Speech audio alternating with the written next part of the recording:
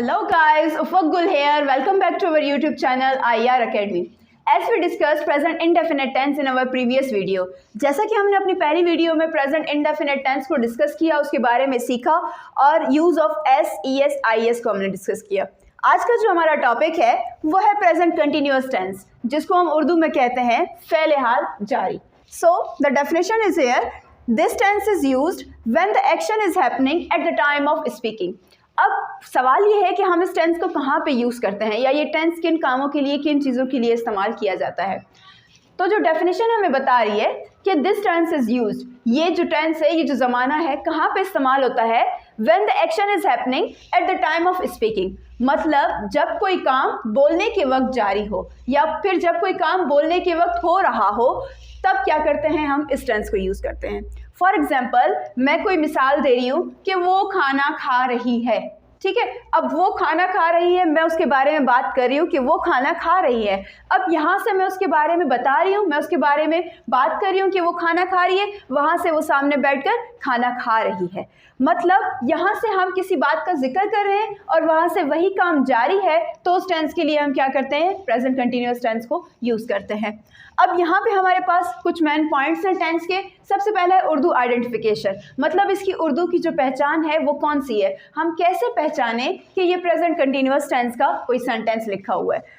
जिस सेंटेंस के लास्ट में रहा है, रही हूँ, रहा हूँ, रहे हैं वगैरह वगैरह ऐसे अल्फाज आए, तो हम क्या करते हैं, हम समझ जाते हैं कि ये कौन सा टेंस है, प्रेजेंट कंटिन्यूअस टेंस है। देन हमारे पास है फॉर्म ऑफ वर्ब, मतलब वर्ब की कौन सी फॉर्म हम इस टेंस में यूज़ करते हैं।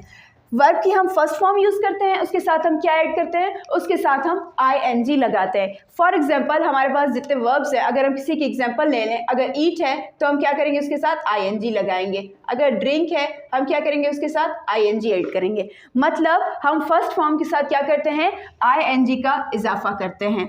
एंड देन हमारे पास है हेल्पिंग वर्ब्स। जैसा कि हम प्रीवियस टॉपिक में हेल्पिंग वर्ब्स को भी डिस्कस कर चुके हैं कि हेल्पिंग वर्ब्स क्या होते हैं। तो हेल्पिंग वर्ब्स ऐसे मददगारी फ़ेल होते हैं जो हमें बताते हैं कि जो एक्शन है वो कब हो रहा है, माजी में हो चुका है, प्रेजेंट में अभी हो रहा है, या फिर आने वाले कल में होगा। तो अब ये हेल्पिंग वर्ब हमें बताएगा कि एक्शन कब परफॉर्म हो रहा है। क्योंकि ये प्रेजेंट कंटिन्यूअस टेंस है, हमने पढ़ा कि ये इसलिए इस्तेमाल होता है जब कोई काम जारी हो। अब इस हेल्पिंग वर्ब से हमें पता लगेगा कि कोई काम मतलब अभी जारी है, उसके बारे में हम बात कर रहे हैं। नाउ हेल्पिंग वर्ब्स इसके कौन कौन से हैं, हमारे पास इसके 3 हेल्पिंग वर्ब्स हैं, इज, एम एंड आर, ठीक है। अब देखना है कि इज कौन से सब्जेक्ट्स के साथ यूज होता है, जो एम है वो कहाँ पे यूज होता है, एंड देन आर वो कहाँ पे यूज होता है। पहला जो है वो इज कहाँ पे यूज होता है, he, she, it and with singular names, मतलब ही, शी, इट, और अगर कोई भी सिंगुलर नेम है तो हम क्या करते हैं, उसके लिए हम कौन सा हेल्पिंग वर्ब यूज करते हैं, इज यूज करते हैं। एंड देन दूसरा हेल्पिंग वर्ब है हमारे पास एम। एम जो है वो किसके लिए यूज होता है, एम हमारे पास जस्ट आई के लिए यूज होता है। मतलब जब मैं सिर्फ अपनी बात कर रही हूँ या आप सिर्फ अपनी बात कर रहे हो, तो उसके लिए हम क्या करते हैं, आई यूज़ करते हैं। मतलब जहाँ भी एम है वो कहाँ पे सिर्फ यूज़ होगा, सिर्फ आई के लिए यूज़ होगा। देन हमारे पास है आर। अब आर कहाँ पे यूज़ होता है, are is use with we, you, they and plural names. मतलब कोई भी जब प्लूरल नेम्स आएंगे, या फिर वी, हम, आप, वो सब, जब वो सारे लोग, एंड प्लूरल नेम्स मतलब कोई एक से ज़्यादा नाम होगा। जब वहाँ पे जो इस था वो कहाँ पे यूज़ हो रहा था, सिंगुलर नेम, जब कोई वाहिद नाम होगा। एंड जो एम था वो किसके लिए, आई के लिए। एंड जो आर है वो कहाँ पे, मतलब जब प्लूरल नेम्स मतलब एक से ज़्यादा नाम होंगे तो उनके लिए हम क्या यूज़ करेंगे, आर यूज़ करेंगे। ये हमारा हेल्पिंग वर्ब्स का यूज़ है।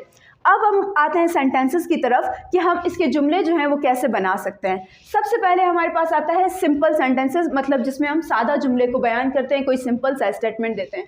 अब उसके लिए हमारे पास जो सिंपल फार्मूला है वो हमारे पास क्या है, फर्स्ट ऑफ ऑल हम क्या रखते हैं, सब्जेक्ट, देन हमारा क्या आता है, हेल्पिंग वर्ब। हेल्पिंग वर्ब हम इनमें से कौन से लगा सकते हैं, is, am and are. And then हमारे पास क्या है, first form of verb with ing। ing को ऐड करना ज़रूरी है। ing क्या शो करता है कि ये हमारा कंटिन्यूअस टेंस है। अगर ing मैं यहाँ नहीं लगाऊँ, रिमूव कर दूँ, तो ये मेरा पूरा सेंटेंस जो है वो क्या हो जाएगा, इनकरेक्ट हो जाएगा। इसलिए ing क्या है, वो हमारे लिए मस्ट है, कंपल्सरी है।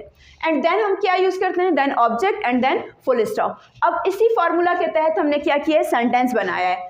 सब्जेक्ट हमने रखा है शी, ठीक है, एंड देन हमने क्या यूज़ किया है, हेल्पिंग वर्ब। यहाँ पे हमने देखा ही शी इट के साथ हम कौन सा हेल्पिंग वर्ब यूज़ करते हैं, इज यूज़ करते हैं, तो हमने यहाँ पे क्या रखा, इज रखा।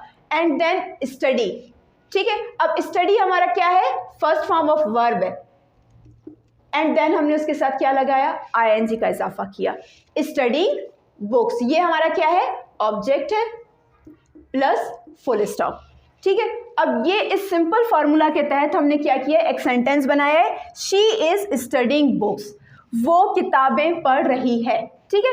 अब वो किताबें पढ़ रही है, यहाँ से मैं उसका जिक्र कर रही हूँ, मैं उसके बारे में बात कर रही हूँ, मतलब यहाँ से मैं बात कर रही हूँ, वहाँ से वो किताबें पढ़ रही है, मतलब मेरे बोलने के वक्त वो काम जारी है। तो आप क्या समझेंगे कि ये कौन सा टेंस है, प्रेजेंट कंटिन्यूअस टेंस है। The other one example is I am writing a letter, I am writing a letter. अब देखिए यहाँ पे मेरा सब्जेक्ट क्या है, आई, मैं अपनी बात कर रही हूँ, तो आई के साथ हमने क्या सीखा कि हम क्या लगाएंगे, हम एम लगाएंगे, तो आई के साथ हमने क्या रखा, एम रखा। एंड देन हमारे पास है राइट, राइट हमारा फर्स्ट फॉर्म ऑफ वर्ब है, हमने क्या पढ़ा कि फर्स्ट फॉर्म ऑफ वर्ब के साथ हम क्या इजाफा करेंगे, आईएनजी का इजाफा करेंगे, देयरफॉर हमने इसको क्या कर दिया है, राइटिंग कर दिया है। A letter, I am writing a letter, इसकी उर्दू क्या है, मैं एक खत लिख रही हूँ, ठीक है। अब यहाँ से मैं अपने बारे में बात कर रही हूँ कि मैं एक खत लिख रही हूँ, मतलब वो बात मैं तब कर रही हूँ जब मेरा खत जो है वो कंटिन्यू है, जारी है। यहाँ से मैं खत लिख रही हूँ और अगर कोई मुझसे पूछ रहा है कि आप क्या कर रही हैं, तो मैं उसे रिप्लाई में कह रही हूँ I am writing a letter, मैं एक खत लिख रही हूँ। अब इसी का मतलब यही हुआ कि हम क्या करते हैं, प्रेजेंट कंटिन्यूअस टेंस को हम वहाँ यूज़ करते हैं जब कोई भी एक्शन जो है वो बोलने के वक्त जारी हो, तो उसके लिए हम क्या करते हैं, प्रेजेंट कंटिन्यूअस टेंस को यूज़ करते हैं। ओके गाइज, अब आते हैं हम नेगेटिव सेंटेंस की तरफ। पहले हमने सिंपल पढ़ा सादा जुमला, और अब है नेगेटिव। किसी चीज़ से हम राज़ी नहीं होते, किसी चीज़ से इनकार करते हैं, किसी चीज़ को मानते नहीं, तो वो क्या होता है, नेगेटिव सेंटेंस होता है। अब उसका जो फॉर्मूला है हमारे पास, ये प्रेजेंट कंटिन्यूअस का नेगेटिव है। First of all of subject, then helping verb, then not, first form of verb plus ING plus object and then full stop. अब इसी फॉर्मूला के तहत हमने जुमला बनाया है। सब्जेक्ट हमारे पास कौन सा है, शी, हेल्पिंग वर्ब हम शी के साथ कौन सा लगाते हैं, इज, देन हमने नॉट लगाया। अब ये नॉट किसको शो कर रहा है कि ये क्या है, कि ये नेगेटिव सेंटेंस है। देन हमारे पास क्या है, first form of verb right, उसके साथ हमने क्या किया, आईएनजी ऐड किया, ठीक है। राइटिंग अ लेटर, लेटर हमारे पास क्या है, ऑब्जेक्ट, ठीक है। ये हमारा first form of verb with ING, and ये हमारे पास क्या है, object. She is not writing a letter, the Urdu is, वो एक खत नहीं लिख रही है, ठीक है। अब ये क्या है, कोई फॉर एग्जाम्पल मुझसे सवाल कर रहा है कि क्या वो ख़त लिख रही है, मैं उसको क्या रिप्लाई करूँगी, she is not writing a letter, वो एक ख़त नहीं लिख रही है। मतलब मैं क्या कर रही हूँ, उसके बारे में बात कर रही हूँ कोई कि वो इस वक्त बैठी है, लेकिन वो क्या कर रही है, वो ख़त नहीं लिख रही है। She is not writing a letter, वो एक ख़त नहीं लिख रही है। हो सकता है वो कोई और काम कर रही हो। मतलब इस काम से हमने क्या किया, इनकार किया कि वो एक ख़त नहीं लिख रही है। तो जिसमें हम इनकार करते हैं वो हमारा क्या है, नेगेटिव सेंटेंस है।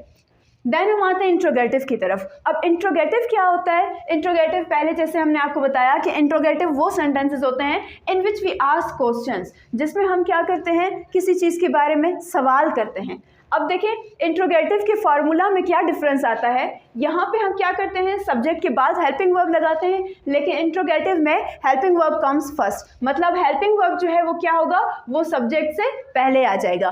फर्स्ट ऑफ ऑल हम क्या रखेंगे, हेल्पिंग वर्ब, देन हमारे पास subject, then first form of verb plus ING plus object, और उसके बाद हम क्या करेंगे, फुल स्टॉप की जगह हम क्वेश्चन मार्क लगाएंगे, क्योंकि यहाँ पे हमने क्या किया, सवाल किया, तो इसलिए सवालिया निशान जो है वो ज़रूरी है। अगर क्वेश्चन मार्क नहीं लगाएंगे तो आपका सेंटेंस क्या हो सकता है, इनकरेक्ट भी हो सकता है, ठीक है। तो हम इसी फार्मूला के तहत अब हमने जुमला बनाया। हेल्पिंग वर्ब हमारे पास क्या था, इज, इसको हमने क्या किया, फर्स्ट में रखा, मतलब सबसे पहले रखा। देन हमारे पास क्या है, सब्जेक्ट जो शी है, first form of verb plus ING writing, object हमारा क्या है, लेटर। अब ये सवाल पूछ रहा है, is she writing a letter, क्या वो एक खत लिख रही है। अब क्या कर रहा है, इसमें सवाल पूछ रहा है उस लड़की के बारे में, क्या वो इस वक्त, मतलब लिख रही है, मतलब अभी इसी टाइम में, क्या वो एक खत लिख रही है, ठीक है। अब इसमें इसने क्या किया, सवाल किया इस टाइम के बारे में, ठीक है। यहाँ से वो बोल रहा है, वहाँ से वो पूछ रहा है क्या ये काम जारी है, is she writing a letter, क्या वो एक खत लिख रही है। देन हमारे पास है फॉर्मल सेंटेंसेस। फॉर्मल कौन से सेंटेंस होते हैं? रस्मी जुमले। अब रस्मी हम कौन से सेंटेंस होते हैं? फॉर एग्जांपल किसी सीनियर एटमॉस्फेयर के लिए, या फिर जब हम अपनों से बड़े लोगों से बात कर रहे होते हैं, रिस्पेक्टेड लोगों से बात कर रहे होते हैं, तो उसके लिए हम क्या करते हैं? फॉर्मल सेंटेंसेस इस्तेमाल करते हैं। अब इसका जो फार्मूला है, helping verb comes first, then subject, then not, plus first form of verb with ING, plus object and then question mark. अब इसका सेंटेंस हमने देखें कैसे बनाया है, is she not writing a letter. ठीक है, अब हेल्पिंग वर्ब और नॉट इनके बीच में क्या आया है? सब्जेक्ट हमने रखा है, देन नॉट, फिर हेल्पिंग वर्ब, देन ऑब्जेक्ट। क्या वो एक खत नहीं लिख रही है?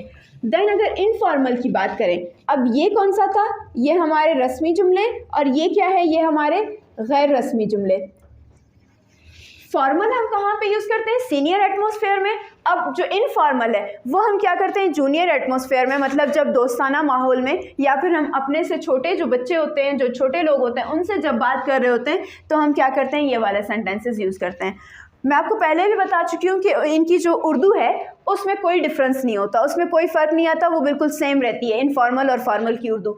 लेकिन जो इनकी इंग्लिश है उसमें थोड़ा सा डिफरेंस आता है। अब वो डिफरेंस हमारे पास क्या है? फॉर एग्जाम्पल यहाँ पे हमने क्या किया? हेल्पिंग वर्ब रखा, देन सब्जेक्ट, देन नॉट। अब इनफॉर्मल में क्या होगा?